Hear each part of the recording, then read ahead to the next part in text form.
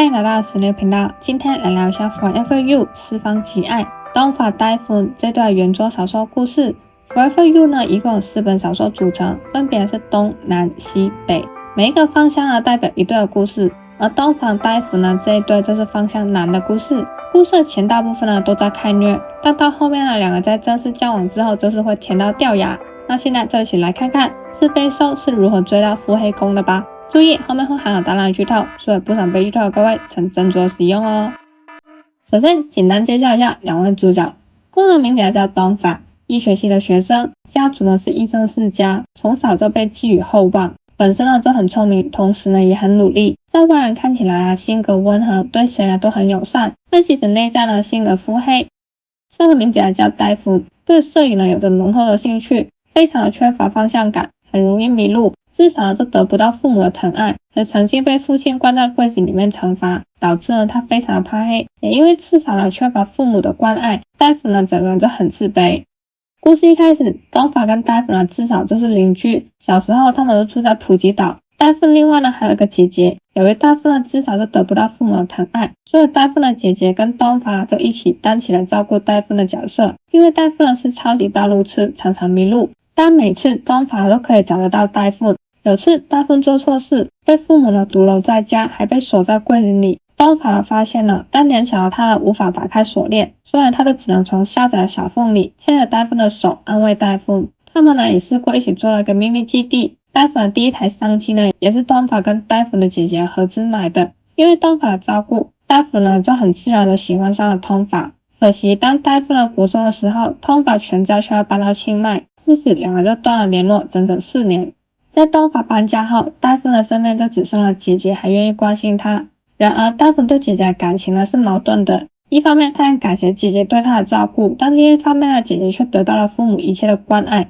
戴夫的父母呢常常都拿他两姐弟来做比较，姐姐呢不管做什么都是完美的，而作为弟弟的戴夫呢却永远被批得一无是处。后来戴夫呢终于受不了，出现了叛逆期，一天到晚都不回家，泡在酒吧里又翘课，父母呢也完全不管，只有姐姐呢还会打电话叫戴夫回家。有一天戴夫呢要泡在酒吧里面不回家，但酒吧里呢有人发生了争执，戴夫呢稍微被牵连到，姐姐终于受不了，打电话给戴夫，说是用拖的也必须要把戴夫带回家。结果在开车去酒吧接戴夫回家的时候，姐姐却遇上了车祸去世了。爸妈觉得是戴夫害死姐姐的，还直接讲述了为什么死的人不是戴夫。而也是这个时候，戴夫才知道，原来这只是父亲出去鬼混的时候生下来的私生子，而且本来父亲是想要把戴夫打掉的，但戴夫的生母却偷偷的把戴夫生了下来。然而生母在生完戴夫之后却无力照顾，所以最后逼不得已，戴夫的生父才让戴夫住到家里面，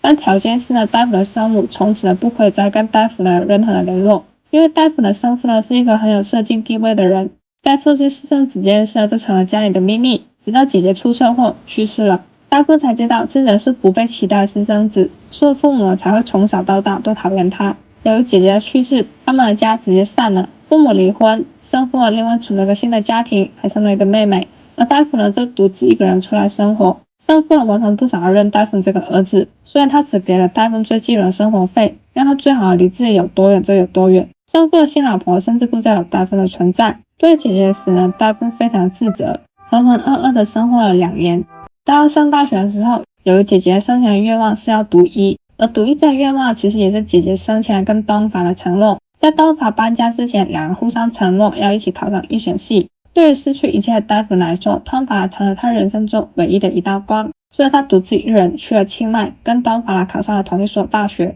无奈他能力有限，考不上医学系，最后只能念兽医系。还没开学前戴夫就遇到了东法。在断联了4年后，两人终于重新有了联络，但戴夫不敢告诉东法有关姐姐的事，因为他始终觉得是自己害死姐姐的。甚至在东法跟戴夫拿姐姐的赖的时候，戴夫装成姐姐去跟东法传讯息。后来因为一次宿舍停电，东法发现戴夫住到了一座很烂的宿舍，他想要让戴夫搬离，所以就联络上了戴夫的父亲。知道戴夫居然在跟东法联络，戴夫的生父就很生气。由于生父觉得自己的私生子害死了自己的女儿，是家族中的一大丑闻，而东法家也是在社会上有头有面的家族，所以自从戴夫的姐姐去世之后，生父为了家丑不要外传，他就疏远了东法的一家。然而大夫呢却背着他擅自联络上了东法。生父呢很生气，让大夫呢立即转学，不准再跟东法有任何接触。他辱骂了大夫，说大夫呢这是累赘，会毁了他的人生。但大夫呢也不愿意离开，苦苦的哀求生父呢再给他1个月的时间，1个月后他就会自动的跟东法断联。之后大夫呢就把握最后1个月的机会，每天都找东法，有时候是约吃饭，有时候是约补习。大夫呢偶然也会到东法的宿舍借住，但同时大夫呢也开始为离开东法而做准备。他对东法态度一天比一天的差，语气呢越来越不耐烦，也越来越任性，这为了在离开的时候东法不会觉得错愕。突然东法其实曾经怀疑大夫喜欢自己，但因为大夫呢从来没有直接对自己表达过喜欢，加上大夫的态度的转变，东法觉得也许只是自己错觉想太多。1个月的期限到了，在期限的前一天，大夫呢再次借住在东法的宿舍，但晚上他没有睡觉，只是坐在床边看着睡觉的东法一整晚。临走前，他亲了东法的手背，之后就离开了东法的家。自那天起，他封锁了东法一切的联络方式，但大夫呢没有搬离宿舍，也没有转学，所以其实东法呢还是找得到大夫。东法一开始以为是自己做错了什么，惹大夫生气了，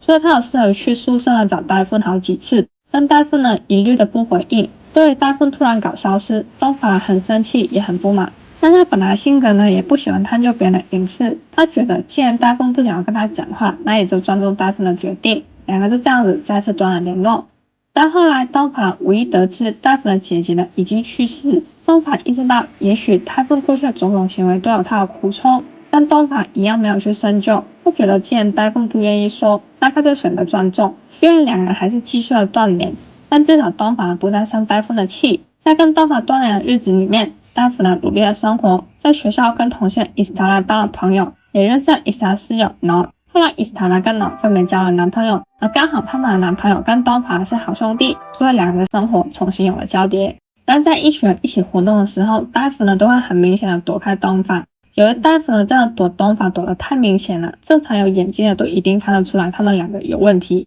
大夫呢也不希望一直瞒着朋友，所以他就向朋友呢坦白了他跟东法过去的一切，包括他两个至少都认识，他自己呢其实是私生子的事，他姐姐是如何去世的，生父呢又如何的不准他跟东法接触，还有就是他如何的深爱着东法。听完大夫的过去，朋友们除了安慰大夫以外，也问了大夫现在对东法是什么感情。大夫呢很爱东法，但他又觉得软弱的自己呢配不上东法，然而他还是想要关心东法，照顾东法。大夫的朋友们觉得，虽然大夫呢不可以直接接触东法，但如果大夫希望，其实呢他还是有很多方法可以去关心东法，并向东法表达自己的爱意。最后在朋友的帮忙跟鼓励下，大夫呢匿名的写了一封信向东法表白。之后每隔2-3天，大夫呢就会匿名的写信跟送零食给东法。由于东法在校园很有人气，零食跟告白的平常也收不少，所以一开始收到匿名告白信的时候，东法没有花太多的心思在上面。但随着日子久了，东法发现写信人呢完全没有要放弃的意思，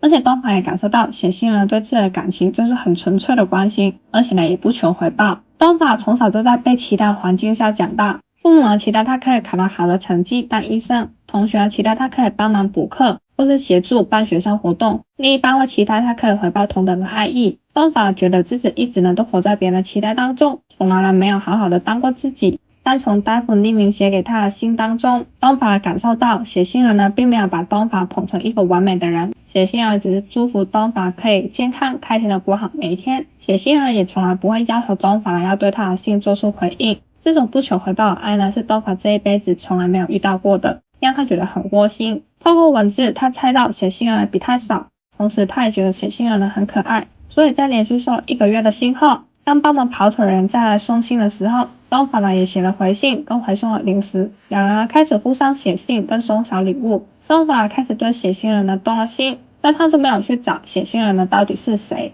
东法其实有尝试过问写信人的个人讯息，但写信人都会故意避开这些问题。东法觉得对方会匿名就一定有他的原因，所以他选择尊重对方的决定。但有一天帮大夫送信的同学进了医院，大夫呢无法再写信给东法，连续1个礼拜没有收到信的东法开始不安。东法也因为这样子而意识到自己呢已经喜欢上了写信人。与此同时，大夫的生父的新婚对象找上了大夫，生父的新老婆呢之前一直都不知道大夫的存在，直到这个新老婆在考虑离婚的时候，她才发现原来老公呢有大夫这个儿子。续新的老婆想要离婚，但因为刚出生的女儿呢，甚至连路也还不会走，所以他不确定到底要不要离。他就希望可以从戴夫的眼中去了解他到底交到了一个怎样的人，而戴夫呢也如实的告诉了他过去发生的一切。听完戴夫的过去，新老婆下定决心要跟戴夫的生父离婚。与此同时，他也对戴夫呢留下了劝说，叫戴夫呢要活出自己的人生，不要再受到生父的控制。